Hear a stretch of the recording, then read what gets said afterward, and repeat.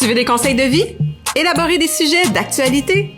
On est deux personnes qui donnent des conseils, parfois pertinents, pas professionnels du tout, mais toujours sans tabou. Bienvenue à Coach en bouteille! Salut, moi c'est Mylène. Allô, moi c'est Scott. Toi, Mylène, par curiosité, là, dans la dernière semaine, t'as passé combien de minutes ou heures sur les réseaux sociaux? Vraiment les réseaux sociaux seulement. Là. Puis-je partir? Beaucoup trop. Si tu veux dire... Dans la dernière semaine, 17 heures sur les réseaux sociaux, soit TikTok, Facebook et Instagram. Et toi, Scott? Moi, j'ai checké, puis c'est 12h45 minutes.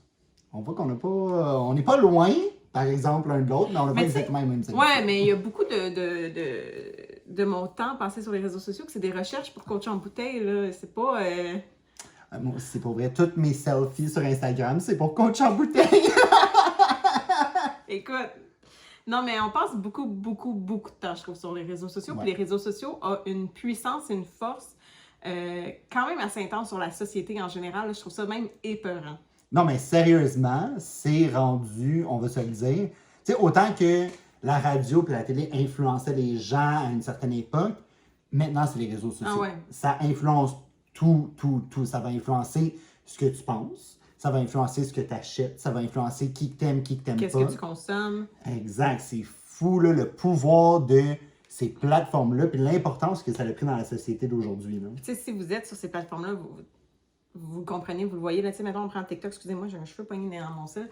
Si on prend TikTok, mettons, il y a beaucoup de 30 secondes de chansons qui sont utilisées que pour faire des TikTok. Next thing you know, à un moment donné, tu conduis ou tu écoutes la radio, puis t'es comme, c'est quoi cette tune-là? Je la connais pas, puis elle est numéro 1. Puis là, finalement, t'entends le bout que tout le monde connaît, puis c'est pour ça qu'elle est numéro 1. Mais finalement, la tune est poche, là. C'est juste ce bout-là qui est utilisé par TikTok ou on voit souvent dans la plus jeune génération qui sort des hits de notre temps, puis on est comme, mais comment tu fais pour pas connaître la tune au complet? Genre, pour nous, c'est pas nouveau, là. C'est genre, ça c'était un hit, mais eux, ils sortent là, tu sais. Ben justement, mettons, un des trends qui était sur TikTok pendant un petit bout, là, qui m'a impressionné, c'est, tu sais, How well do you know the 90s song? Puis là, t'as comme des petits jeunes qui sont comme... Tu sais, je veux dire, c'est Britney, c'est les Backstreet Boys, c'est les Spice Girls. Puis je suis comme, you know what? I know every word of those songs encore aujourd'hui. Là, tu regardes, ils sont vraiment comme... Tu sais, as if it was the worst thing they ever heard. Là, genre, c'est dégueulasse. Tu regardes leur visage quasi de mépris. Puis je suis comme... Wow! OK, mais ça, c'est perturbant, là. Je suis comme, moi, je peux faire le challenge demain matin à cappella. En plus, il n'y a pas de stress. I know the words, tu sais. On peut jouer à la fureur sur n'importe quel de ces films-là. Nous autres, il n'y a pas de problème. Même là, la fureur, pour ceux qui sont plus jeunes, c'était une émission de télé qui existait, OK? Mais non, mais ça, ils doivent le savoir. Là, ça passait il n'y a pas longtemps. Pour le Nouvel An, il avait fait un la fureur, puis ça avait été un gros hit. Là. Oui, un gros hit avec mon oncle et ma tante, là. Ça n'a pas été un gros hit avec les jeunes, là. Mais ouais, je trouve que les réseaux sociaux, ça prend beaucoup de place. Puis... tu sais, il y a beaucoup de monde qui juge sur la job de créateur de contenu ou d'influenceur. But yet, c'est quand même une job vraiment, tu sais, il y en a qui c'est bof, mais il y en a qui font vraiment de la grosse création de contenu puis qui se font approcher. Puis une compagnie va... Personnellement, j'aurais une compagnie, j'aimerais mieux payer des influenceurs que payer une pub à télé parce que mon influenceur est suivi par 300 000 personnes. Puis quotidiennement, il y a à peu près 250 000 personnes qui checkent ses stories puis qui idolâtrent cette personne-là et donc va boire ses mots. Pas vrai, là, honnêtement, là, j'en ai acheté des affaires que j'ai vues sur les influenceurs, puis c'était de la merde, là. De la merde. Ben oui. Tu sais, l'aspirateur point noir, là, moi, je l'ai acheté, ça me fuckait la face, man, je fais de la rosalie à cause de ça, là. Mais c'est ça, c'est que, encore une fois, moi, je trouve qu'il y a une grosse différence entre un influenceur puis un créateur de contenu. Ouais, 100%. C'est pas la même chose. Puis sincèrement, t'en as des créateurs de contenu qui font du stock de qualité, du stock intéressant. Ça peut être dans différentes catégories. Là. Je ne sais pas que c'est juste une catégorie, mais tu peux créer du contenu de qualité qui, pour vrai, c'est du contenu que j'aurais vu à la télé il y a plusieurs années. Tu sais, t'en as qui ont des discussions intéressantes, t'en as qui abordent des sujets vraiment intéressants. Tu prends par exemple, justement, des plant-tubers, parce que, bon, j'en vois beaucoup, hein? Je vis avec un qui aime vraiment beaucoup ça, fait que... Mais tu sais, il y en a, sincèrement, qui parlent de des choses que... Moi, je trouve ça même intéressant parce qu'on arrive dans un peu plus ce qui est les specs, qu'on pourrait dire, tu sais, comme les termes techniques des choses. C'est quoi, quand tu arrives avec tel terme, qu'est-ce que ça veut dire? Est-ce que c'est positif? Est-ce que c'est négatif? Si tu vois ça, est-ce que tu devrais acheter, ne pas acheter? C'est vraiment des conseils intéressants qui sont quasi documentaires un peu. Tu sais, un peu à la... C'est quoi l'émission qu'il y avait? How It's Made? Ouais. Tu sais, ça t'apprend vraiment quelque chose. C'est pas juste comme suivez-moi pendant que je fais rien du tout et Non, que, non, non. genre, il y a telle chose derrière moi, donc vous devriez l'acheter. Tu sais, ça, c'est un influenceur dans ma tête. Mais un créateur de contenu prend vraiment le temps de développer quelque chose et de t'offrir un contenu qui est soit éducatif, soit, tu sais, vraiment un conseil intéressant.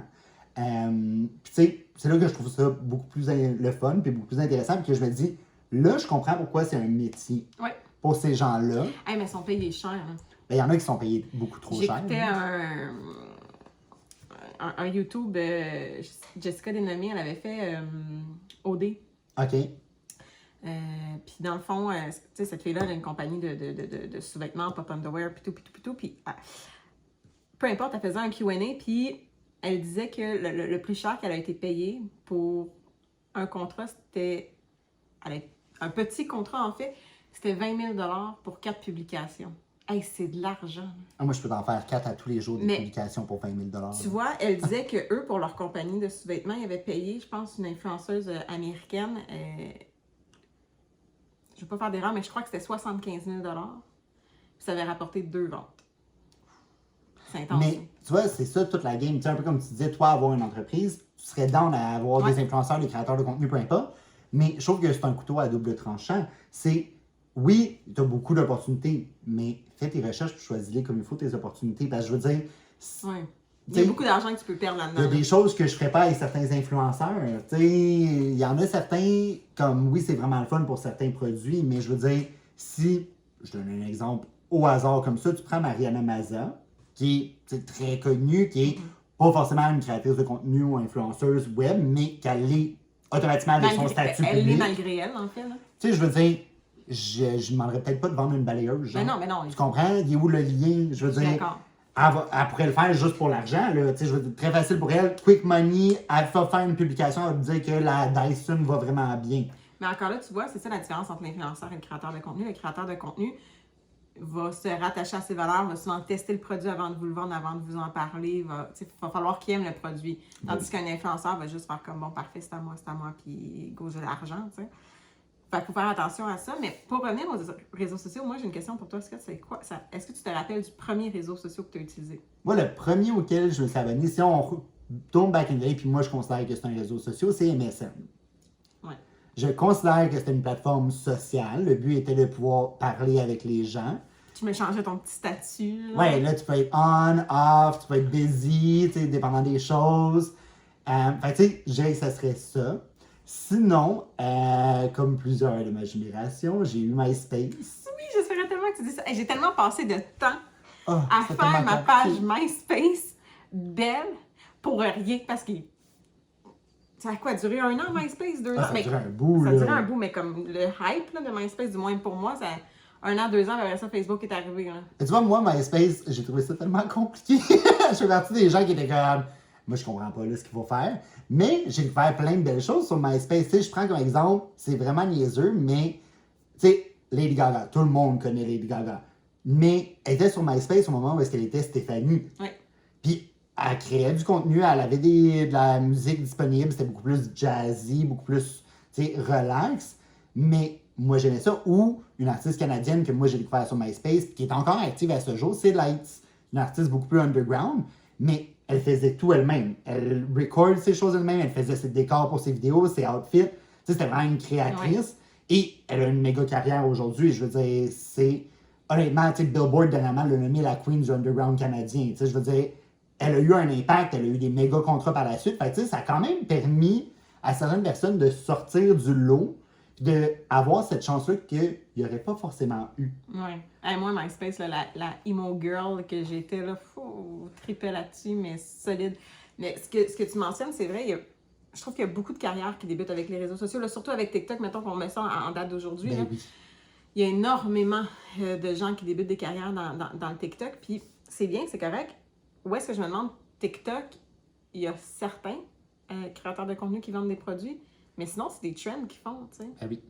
Puis je me demande à quel point ils font de l'argent juste à faire des trends, sans produits cachés ou whatsoever. Là, si je prends... il y a des carrières qui sont vraiment cool. Là, si je prends... c'est quoi? C'est Éléonore, je pense. Éléonore, en tout cas, c'est une jeune danseuse québécoise qui avait fait Révolution, un show télévisé ici. Puis elle avait fait des TikTok ici, puis c'était dans les débuts de TikTok où est-ce que c'est sa mère là, qui a filmé dans les centres d'achat à danser, là.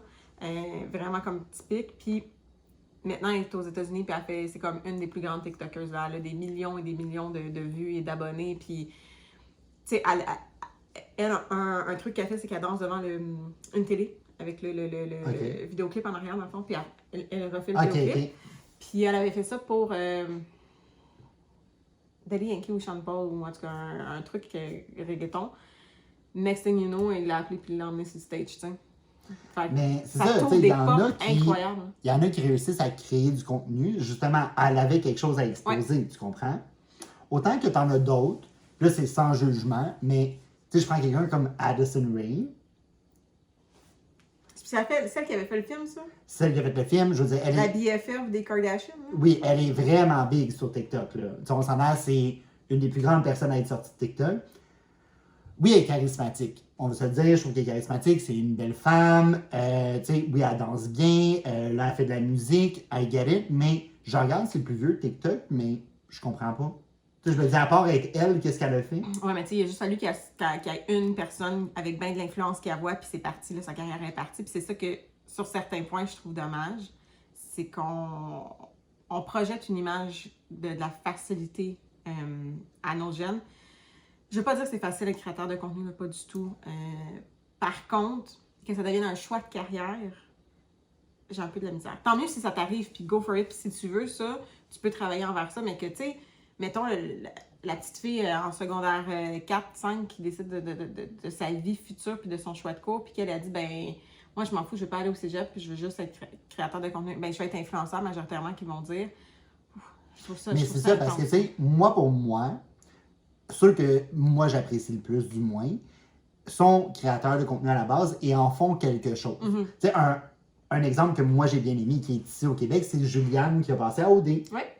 A créé beaucoup avec la plateforme qu'elle a eu, elle l'a utilisée de façon intelligente. Oui, comme tout le monde, elle a posté des petits selfies, des choses comme ça et tout pour highlight certains produits en même temps.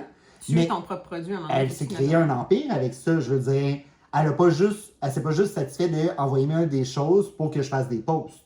Je vais utiliser la plateforme pour créer quelque chose. Donc, c'est une entrepreneuse, ça, finalement. Donc, tu sais, j'ai l'impression qu'elle a passé de influenceuse à créatrice de contenu à entrepreneuse. Là, quand tu l'utilises de cette façon-là, je comprends à 110% l'importance que ça a et le pourquoi tu le fais.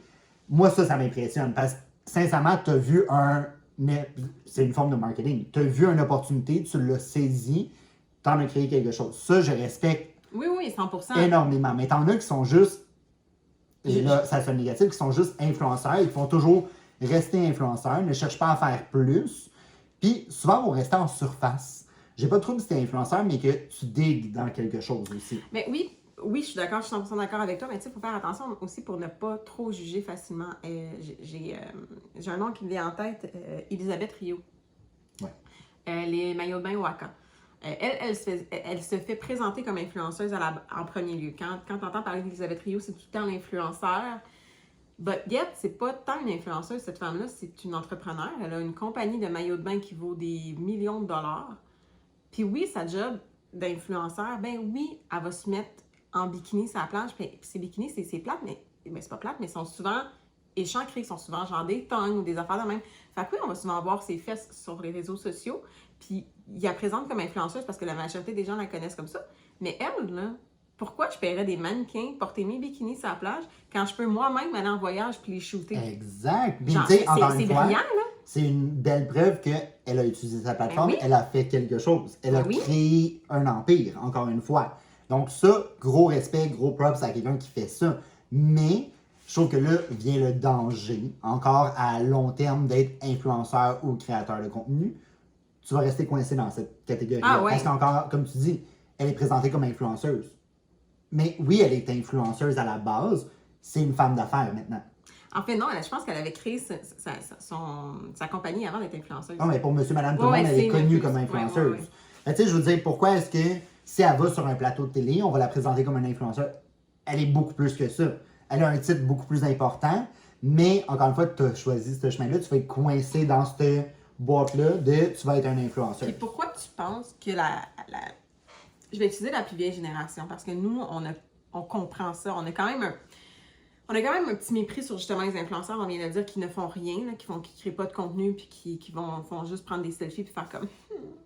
j'ai un peu de la difficulté avec ça, mais tant mieux, you do you, boubou, puis si t'aimes ça, c'est correct. Mais pourquoi tu penses que la génération plus vieille que nous, nos parents, ont autant un... Puis on entend à la télé, quand c'est souvent les journalistes, les intervieweurs sont souvent un petit peu plus vieux, puis tu l'entends, le mépris dans le terme influenceur. C'est très péjoratif, là. Mais pourquoi tu penses? Ben justement, je pense que c'est le concept de... Il y a quand même une certaine facilité qui est démontrée par rapport à tout ça. Il y a quand même une certaine accessibilité. Tu sais, je veux dire, tout le monde peut s'ouvrir un compte TikTok. Ouais. Tu n'as pas besoin d'argent, tu n'as pas besoin de contact, tu n'as pas besoin de rien. Tandis qu'une génération plus vieille, malheureusement, n'avait pas ces opportunités-là. La jalousie. J'ai l'impression qu'il y a une certaine jalousie face à tout ça. Peut-être. Pour faire connaître ton produit anciennement, tu devais avoir les reins solides. Tu devais pouvoir financer tes choses, tu devais pouvoir payer des publicités, que ce soit dans les journaux, dans les magazines, à la télévision, à la radio. Je veux dire, il y a plusieurs personnes, selon moi, qui avaient des super bonnes idées d'entreprise ou des super bonnes idées de produits, sans que ça devienne une entreprise, juste un produit, et qui n'avaient pas ces opportunités-là et qui, dans un monde comme aujourd'hui, auraient peut-être pu faire carrière puis à développer leur idée puis vraiment aller all-in. Puis j'ai l'impression que ça peut créer une certaine frustration de faire comme « Oui, mais regarde, eux ont plus besoin de travailler. Moi, il fallait que je travaille 40 heures semaine en plus de développer ma business. Toi, tu peux te concentrer là-dessus. » Tu sais, j'ai l'impression qu'il y a une certaine jalousie. Et ça, à tous les niveaux. Que tu parles d'artistes musicaux aussi. Avant, tu voulais que les gens entendent ta musique, tu allais porter tes démos. Ah ouais, en petite cassette, là. Tu faisais le tour des clubs à espérer qu'un DJ passe ta tune. Tu sais, comme, you had to hustle. Aujourd'hui, tu peux le mettre sur TikTok, espérer que les gens fassent un trend, puis juste repeat. Puis tu sais, une chanson que moi j'ai personnellement aimée, elle est sur TikTok, mais c'est une seule phrase de la tune. Puis c'est même pas le refrain, là. Puis c'est le même, j'ai découvert la tune. Yet, I love it. On a été à Toronto dernièrement, elle jouait partout. Fait que tu sais, j'ai juste été impressionné de voir à quel point ça l'a levé rapidement, parce que la tune n'est pas sortie il y a longtemps. Maintenant, elle est featured sur Apple Music. Fait que tu sais, tant mieux, là, parce que la tune est bonne, la fille a du talent, elle l'a écrit. Je veux dire, oh good, je suis vraiment content pour elle. Mais quelqu'un qui a hustle pendant des années juste pour avoir son one breakthrough, quelqu'un entende sa chanson. Oui, mais en même temps, c'est que c'est. Tu sais, les réseaux sociaux, je peux mettre de quoi sur les réseaux sociaux maintenant, puis qu'il y ait Beyoncé qui le voit, puis qui tripe bien raide, parce qu'elle peut le voir en 2 minutes, parce que c'est ça la beauté des réseaux sociaux, c'est que c'est worldwide, rapide. T'sais. Moi, je compte un peu YouTube comme un réseau social, personnellement, puis tu sais, un meilleur exemple, qu'on l'aime ou qu'on l'aime pas, Justin Bieber. Il a posté des vidéos de cover quand il était jeune, puis il s'est fait voir par Usher, puis il a la carrière qu'il a aujourd'hui. Puis si c'était pas qu'il avait posté sur YouTube, puis qu'il avait continué juste avec sa petite guitare chez lui, mais il n'y aurait pas la carrière qu'il a aujourd'hui. Puis tu sais, ça veut pas dire qu'il l'a eu facile pour autant, là. Non, mais pour plusieurs personnes vont assumer qu'il l'a eu facile. Oui. Tu sais, c'est facile, c'est ça l'affaire, c'est que c'est facile de t'exposer, c'est facile d'être jugé. Mais c'est ça, c'est que c'est lourd aussi pour eux, parce que, tu sais, on le fait nous-mêmes, là, je veux dire, on juge les influenceurs, puis on s'en cache pas, mais être ces personnes-là, ça doit être difficile de vivre avec le jugement tous les jours comme ils le font, puis d'être tout le temps genre, faut que je sois mon meilleur, ah c'est mon meilleur angle, ah faut que mon highlight soit correct, ah faut pas que je dise quelque chose qui peut déplaire, ça peut me faire mal, c'est lourd. Puis tu en vois certains qui également font leurs recherches, donc sont toujours au courant de l'actualité, adressent les sujets d'aujourd'hui. On l'a vu à toutes les fois qu'il y a des gros sujets qu'on prenne. Dans la dernière année, il y a eu Black Lives Matter, t'en as plusieurs qui ont embarqué dans le mouvement. Mais encore une fois, c'est risqué. C'est un couteau à double tranchant. Tu peux arriver avec les meilleures intentions du monde, mais c'est très facile que ça va backlash contre toi parce que c'est facile de le juger à dire « Ah, tu l'utilises pour ta pub », même si ça tient réellement à cœur. Puis encore là, il y a des influenceurs qui ne se sont pas prononcés puis qui ont été bâchés parce qu'ils ne se sont pas prononcés. Yet, ils disaient « Oui, mais j'ai pas les outils pour me prononcer là-dessus. J'en sais pas assez. Je connais pas la réalité. Je ne le vis pas au day-to-day. Je le vois, mais je ne le vis pas. Je suis pas la personne... » Ben, je suis pas outillée ou éduquée pour le faire. Exactement. Puis je trouvais ça bien, moi, parce que, parle-en, si tu connais le sujet, si tu fais tes recherches, puis pour ce que tu dis, le reach que tu vas avoir, les mots que tu vas dire, le reach qu'ils vont avoir est vraiment important. Donc, si tu n'es pas outillé pour le faire, fais-le juste pas. Mais ça ne veut pas dire que tu ne supportes pas la cause parce que tu ne le mets pas publiquement. Ça veut juste dire que, mais you know what, au lieu de dire de la bullshit, je vais juste me taire, puis je vais laisser la place au hashtag pour la bonne raison, un peu comme on avait parlé dans notre épisode de cause. Exact. Mais c'est ça, tu sais, je trouve que en tant qu'influenceur, créateur de contenu, nommez-les comme vous voulez, selon comment vous le percevez. Tu fais le choix, c'est ça, de t'exposer, tu fais le choix d'être jugé. Puis tu sais, techniquement, ta plateforme, oui, elle t'appartient quand tu la crées, mais elle ne t'appartient plus. Non. Ton public va décider ce que tu dois et ne dois pas faire, ce qui est comme tout artiste. Puis tu trouves-tu que les réseaux sociaux prennent trop de place dans notre vie, dans le sens que, on le sait, là, on se le cachera pas, les deux, on aime ça prendre des selfies, mais souvent, il se passe de quoi, on va faire une activité, puis tu sais, genre, attends, je vais prendre une photo, tu sais, pour un petit post Instagram, un petit post TikTok. Tu trouves-tu que ça prend trop de place dans notre vie, qu'on pense trop à ça? Sincèrement, moi, ben, en tout cas, pour ma part, je trouve pas. OK. C'est pas... C'est peut-être juste parce que je compare avec certaines personnes dans ma tête, mais je trouve pas que c'est si pire que ça. Je prends justement dernièrement, on était à Toronto. Oui, j'ai fait des stories. Oui, j'ai pris quelques photos. Est-ce que j'ai spammé mon Instagram? Est-ce que j'ai fait des nouveaux posts à tous les jours? Non. Mais même si tu l'avais fait, est-ce que c'est mal? Ben, à un certain point, moi, je pense que ça peut devenir mal si, puis là, encore une fois, c'est mon interprétation, si tu passes plus de temps à réfléchir à OK, on s'en va faire telle activité, fait que je vais pouvoir faire telle vidéo, telle photo, au lieu de juste enjoy the moment avec la personne avec qui tu partages le moment. Mais tu vois, moi, j'ai une autre vision de ça. Tu sais, l'été passé, je suis allée à la baie Georgienne avec une amie, puis j'ai posté quasi tous les jours que j'étais là. Tu sais, j'ai spammé. Pour ceux qui me suivent, j'ai vraiment spammé mon Instagram. C'était intense. But yeah, c'est pas que je profitais pas du moment, c'est que je voulais garder des souvenirs de ça. Puis, exemple, on faisait du paddleboard, puis je savais que l'eau, où est-ce qu'on allait faire du paddleboard, oui, j'y ai pensé. Hey, je vais pouvoir prendre une belle photo sur mon paddle parce que l'eau est écœurante, puis le décor est écœurant.